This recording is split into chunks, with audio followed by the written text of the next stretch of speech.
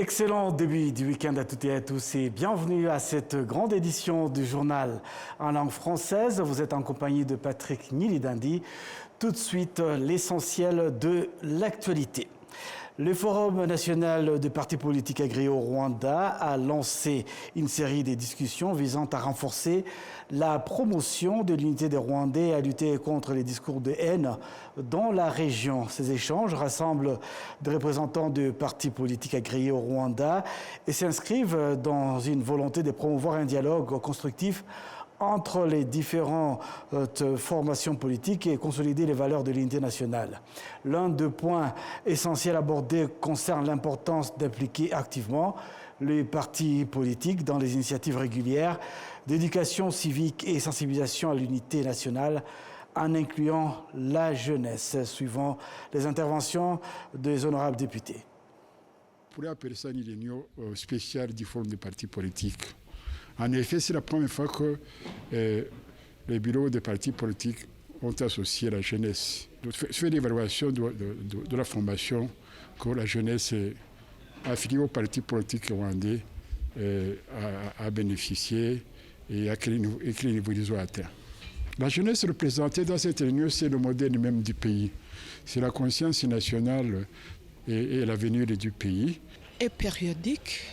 Nous venons ici pour échanger des idées entre les partis politiques, les 11 partis politiques de notre pays, pour voir comment nous pouvons œuvrer pour une unité, et avoir des pensées communes, de tracer un chemin commun pour essayer de bâtir notre pays en unité. L'histoire du Rwanda, il faut en être fier. L'histoire du Rwanda nous enseigne beaucoup de choses. Ça nous incite à être des vrais patriotes. Et alors, nous demandons aux jeunes pour bâtir une nation solide, puisque demain est dans leurs mains. Et puis le Rwanda s'est joint jeudi à près de 80 autres pays membres de l'Organisation internationale de la francophonie, OIF, pour célébrer le 55e anniversaire de la création de cette organisation. Le point de la journée avec Kassim Youssouf.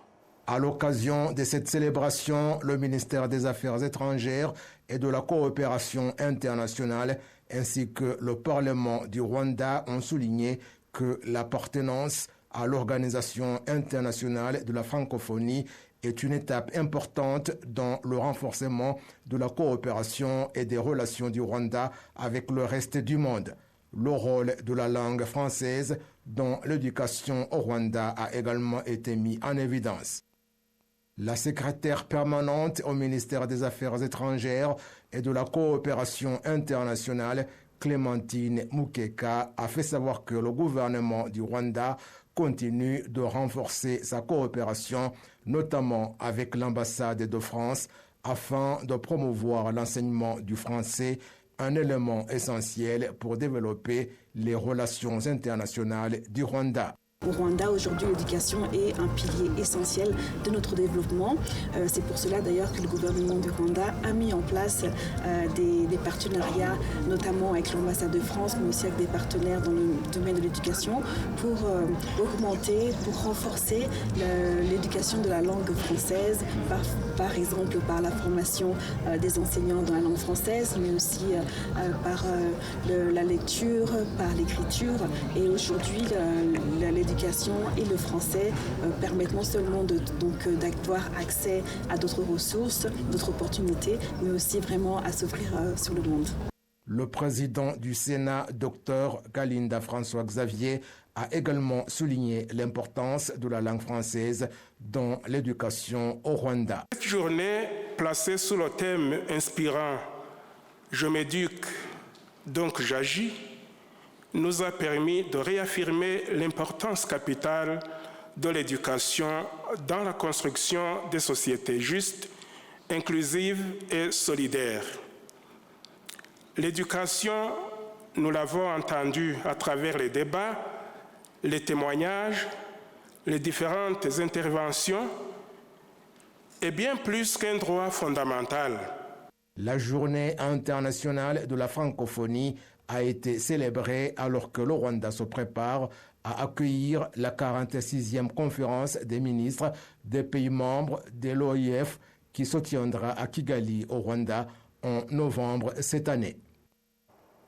Restons toujours dans ce contexte pour signaler qu'à l'occasion de la célébration de la Journée internationale de la francophonie, célébrée le 20 mars de chaque année, la secrétaire générale de l'Organisation internationale de la francophonie OIF, Louise Mushikiwabo, a recommandé une éducation adaptée à l'avancée technologique à l'ère de l'intelligence artificielle. Louise Mushikiwabo exhorte le monde à adapter l'éducation aux nouvelles conditions de vie à l'heure de la technologie, en particulier avec la venue de l'intelligence artificielle. Je vous invite à suivre son intervention.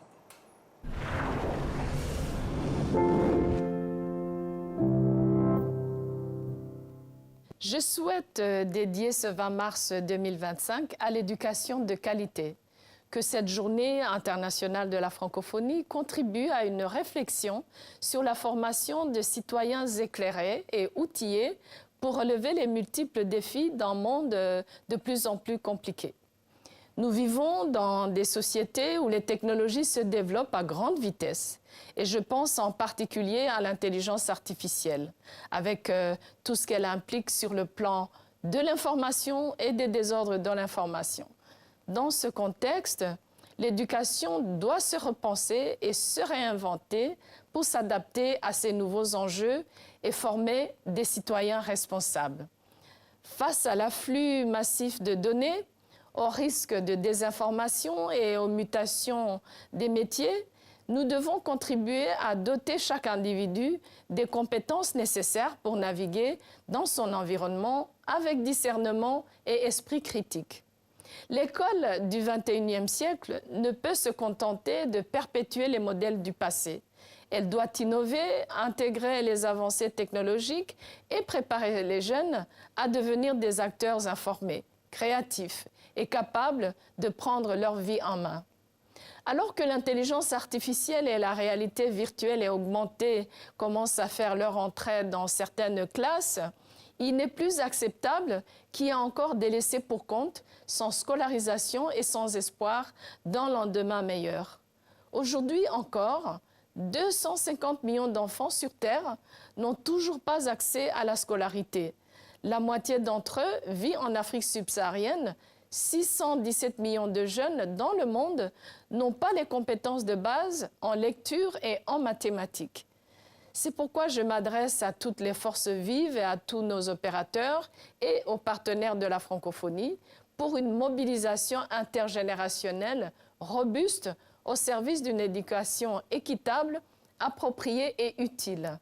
Plusieurs projets déployés par notre organisation vont dans ce sens, mais nous devons continuer à nous adapter.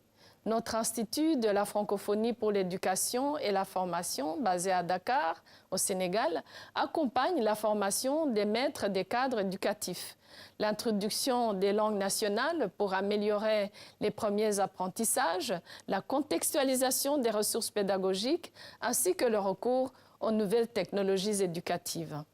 Nos 3 centres régionaux francophones, basés à Djibouti, à Ho Chi Minh au Vietnam et à Sofia en Bulgarie, soutiennent le renforcement des compétences linguistiques et pédagogiques des professeurs, encouragent leur mobilité, favorisent des méthodes d'enseignement innovantes et facilitent le partage de bonnes pratiques. Ainsi, en défendant ce droit fondamental qu'est l'éducation, nous participons à créer une société juste où les citoyens conscients et avisés peuvent exercer un emploi, faire vivre leur famille et contribuer de cette façon au développement durable, à la paix et au bien-être. Mais nous devons désormais le faire plus intelligemment.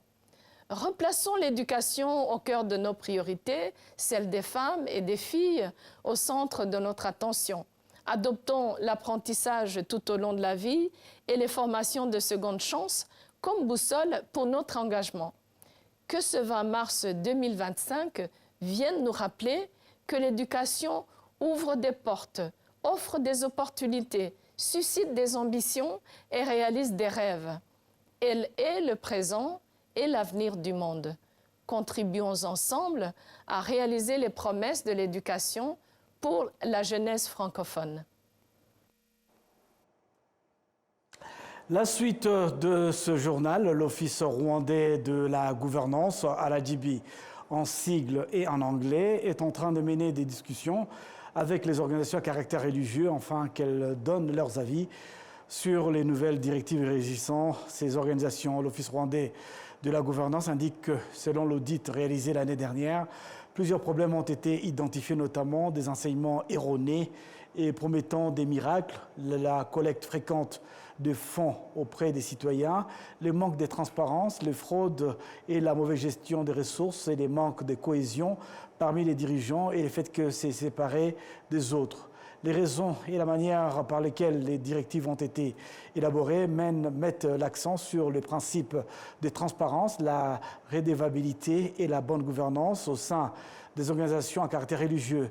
Ces directives ne se concernent pas uniquement sur la prédication, mais aussi sur les activités religieuses qui contribuent à l'amélioration du bien-être des citoyens. Depuis le 28 juillet 2024, un audit a été réalisé dans près de 14 094 églises et mosquées et il a été constaté que 9 888, soit 70%, ne respectaient pas les exigences, eux ont été fermés. 20 organisations religieuses ont perdu le statut juridique et d'autres qui opéraient sans avoir été officiellement enregistrées ont également été fermées. Les responsables des organisations à caractère religieux ont fait observer les directives qui les régissent sont trop rigoureuses.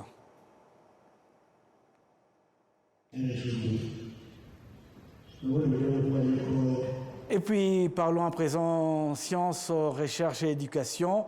Le chercheur universitaire estime qu'il est temps que les travaux de recherche ne se limitent plus à la quête des notes à l'avance académique, mais qu'il aboutisse à des projets qui sortent sur le marché, contribuant ainsi à fournir des solutions aux problèmes existants et au développement du pays.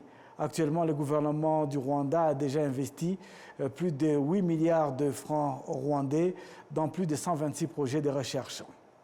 Le Conseil national de la science et de la technologie, en collaboration avec l'Université du Rwanda, a présenté un document contenant des politiques et des stratégies visant à faire en sorte que les résultats de la recherche ne restent pas simplement dans les livres, mais se transforment en projets viables qui vont au marché, créer de nouveaux emplois et aident à résoudre les problèmes auxquels la société est confrontée dans divers domaines, notamment l'économie, l'éducation, la santé, l'agriculture, l'énergie, etc.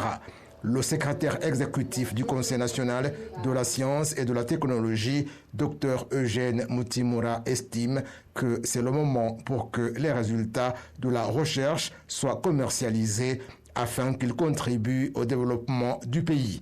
Ce qui est nécessaire pour atteindre cet objectif, c'est l'implication des chercheurs universitaires, des acteurs du secteur privé et d'autres institutions gouvernementales. Actuellement, à travers le Fonds de soutien aux activités de recherche et d'innovation géré par le Conseil national de la science et de la technologie, le gouvernement du Rwanda a investi plus de 7 milliards de francs rwandais dans 126 projets de recherche, dont environ 30 sont arrivés au stade où ils peuvent être mis au marché.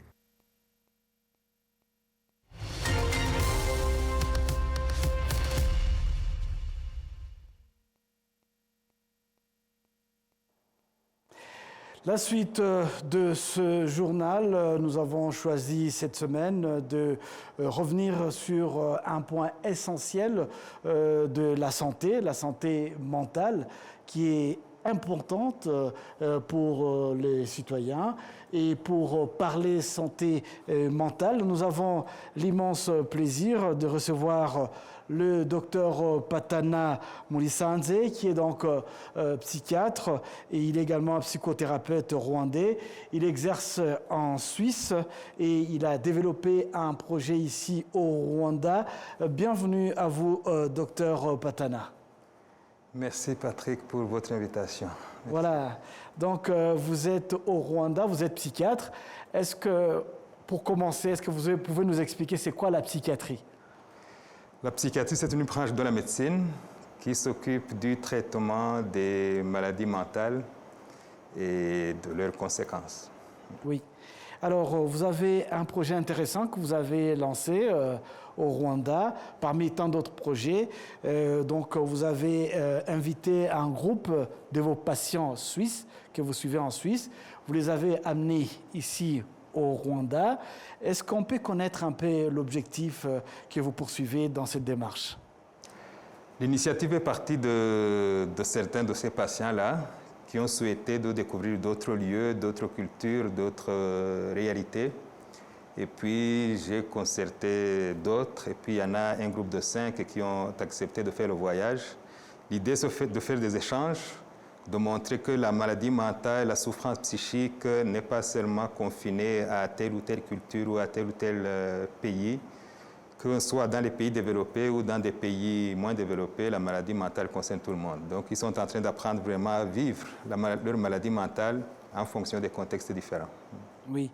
Alors, en collaboration avec la division santé mentale du Centre biomédical du Rwanda, l'association dont vous êtes membre, l'association suisse pour la santé mentale Suisse-Rwanda, a organisé au cours de cette semaine une soirée conférence sur le thème santé mentale, culture et expérience. Quels sont les sujets que vous avez abordés au cours de cette rencontre? C'était une rencontre très enrichissante, autant pour les Rwandais que pour les Suisses qui ont fait partie de la soirée. Et les thèmes qui ont été abordés, c'était surtout c'est quoi la maladie mentale, c'est quoi les causes qui sont en lien de ces maladies mentales, et puis de démontrer surtout que ce soit un contexte occidental riche ou un contexte africain en développement, que la prévalence de ces maladies reste les mêmes et que même le vécu reste également le même. Donc, c'est des enjeux de santé mentale qui sont partagés dans ces moments-là pour faire connaître, avancer et surtout déstigmatiser la maladie mentale. Oui, on a remarqué en effet, Dr Patana, que dans vos différentes interventions, on remarque un effort pour déstigmatiser les questions liées à la santé mentale au Rwanda. Comment comptez-vous vous y prendre pour atteindre cet objectif? Alors, tout commence par évidemment donner de l'information, éduquer, expliquer, parce que la maladie mentale s'explique assez bien. Elle s'explique aussi bien qu'on peut expliquer les maladies physiques, le diabète, l'hypertension, les cancers. Donc, c'est important que la population rwandaise comprenne que la maladie mentale peut toucher tout le monde et que c'est une maladie qui s'explique, qui se soigne bien.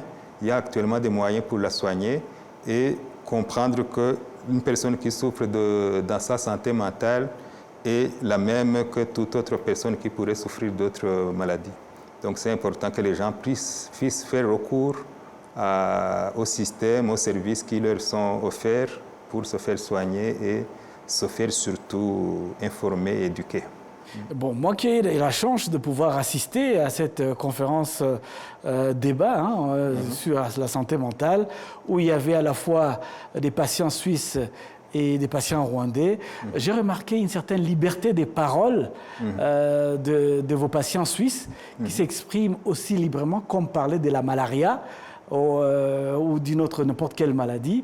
Mais côté rwandais, on sent encore une certaine réserve. Cela est dû certainement à notre culture.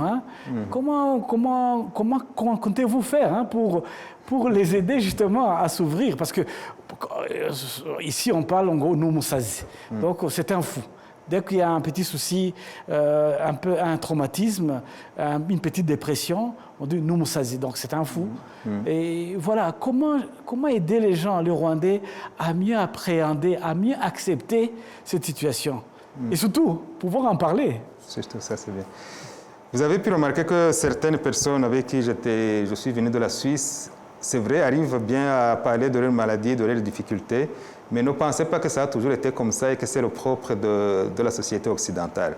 Je pense que c'est tout un cheminement, c'est tout un processus, c'est tout un travail qui a été fait en amont qui fait qu'ils peuvent actuellement parler avec moins de complexes.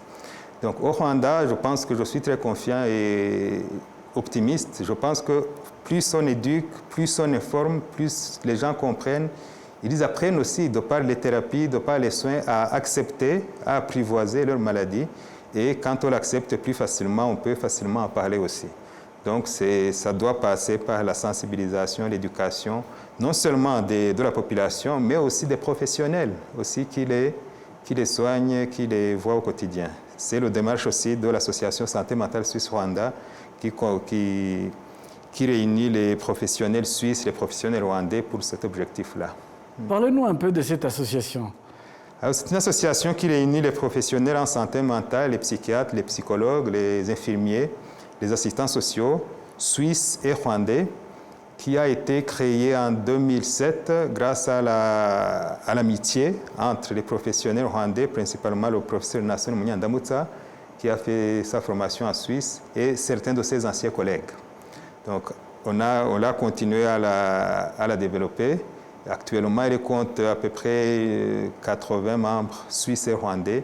Et il y a des missions régulièrement, 5, 6, 7 missions par année depuis 2007, qui viennent soutenir, mais aussi des échanges entre ces différents professionnels. Il y a eu beaucoup de formations. Je pense que la psychiatrie rwandaise ou la santé mentale rwandaise est l'une des mieux formées, de mieux éduquées, je pense, en Afrique. Et il faudrait juste approcher ces professionnels pour se faire aider quand il s'agit d'une difficulté ou d'une souffrance au niveau de la santé mentale. Le Rwanda, c'est un pays qui a connu la tragédie en 1994, le génocide perpétré contre les Tutsis. C'est un pays qu'on peut déclarer où il y a beaucoup de cas de traumatisme. Est-ce que vous avez déjà une approche pour aider ces genres de personnes aussi dans le cadre de votre association? Que ce soit les cas de traumatisme ou d'autres souffrances psychiques, l'approche reste toujours une approche qu'on qualifie de bio-psychosociale. C'est-à-dire bio, il y a la possibilité d'utiliser les médicaments pour soigner la souffrance psychique ou les traumatismes psychiques. Il y a l'approche psychologique, il y a des psychothérapies, des approches qu'on utilise dans les discussions. Et puis, il y a l'approche sociale. C'est important aussi de tenir compte du contexte du pays, de la société dans laquelle se trouvent ces personnes qui sont en souffrance, mais aussi d'agir au niveau de leur vécu, au niveau social, financièrement, au niveau du travail, au niveau de la famille. Donc, ces trois approches combinées permettent bien de soigner, soulager la souffrance psychique en général, mais aussi les traumatismes psychiques. Vous l'avez, peut-être c'est la dernière question, vous avez soulevé au cours de votre intervention lors de cette conférence l'importance de la famille dans le soutien aux personnes souffrant des problèmes de santé mentale. Est-ce que vous pouvez vous en parler un peu? La famille, ça reste le premier soutien, le soutien principal en termes de santé en général, mais aussi de santé mentale en particulier. Parce que nos souffrances, surtout, peuvent venir de la famille et c'est de cette famille-là sur laquelle on peut s'appuyer pour soigner ces souffrances-là. Donc, c'est important aussi de renforcer la famille, le noyau, pour pouvoir soutenir, soigner et soulager la souffrance psychique en général. Il y a des approches spécifiques qui se basent sur la famille. Merci beaucoup, Dr Patana Mulisanze. Je rappelle que vous êtes psychiatre, psychothérapeute rwandais qui exerce en Suisse et que vous êtes au Rwanda pour développer différents projets de collaboration. Nous vous remercions d'avoir répondu à notre invitation et restez avec nous pour découvrir le reste de l'actualité au niveau national. Antoine Mugesera, ancien sénateur au Rwanda, a publié un nouveau livre qui retrace l'histoire du génocide perpétré contre les Tutsis en 1994, ainsi que des témoignages de certains survivants. Le détail avec Kassim Youssouf.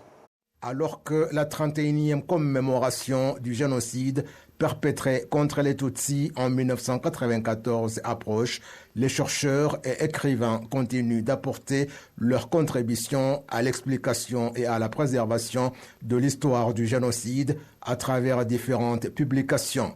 Parmi eux, on peut citer Antoine Mugesera, ancien sénateur au Parlement du Rwanda et désormais écrivain ayant produit plusieurs ouvrages. Parmi ceux-ci figure le livre qu'il a publié ce jeudi soir, intitulé « Rwanda 2009-2012, du génocide et des rescapés », qui revient sur l'histoire du génocide de 1994 ainsi que sur des témoignages des rescapés. Le ministre de l'Unité des Rwandais et de l'Engagement civique, Dr Jean Damascène Bizimana, qui a participé à la cérémonie de publication de ce livre, a félicité Mugesera pour son rôle important dans la préservation de la mémoire du génocide perpétré contre les Tutsis en 1994. C'est aussi pour ajouter aux multiples voix qui se sont exprimées ici, voire même à ceux qui n'ont pas pu s'exprimer, pour rendre hommage, remercier mon ami, notre ami Antoine Mugesera.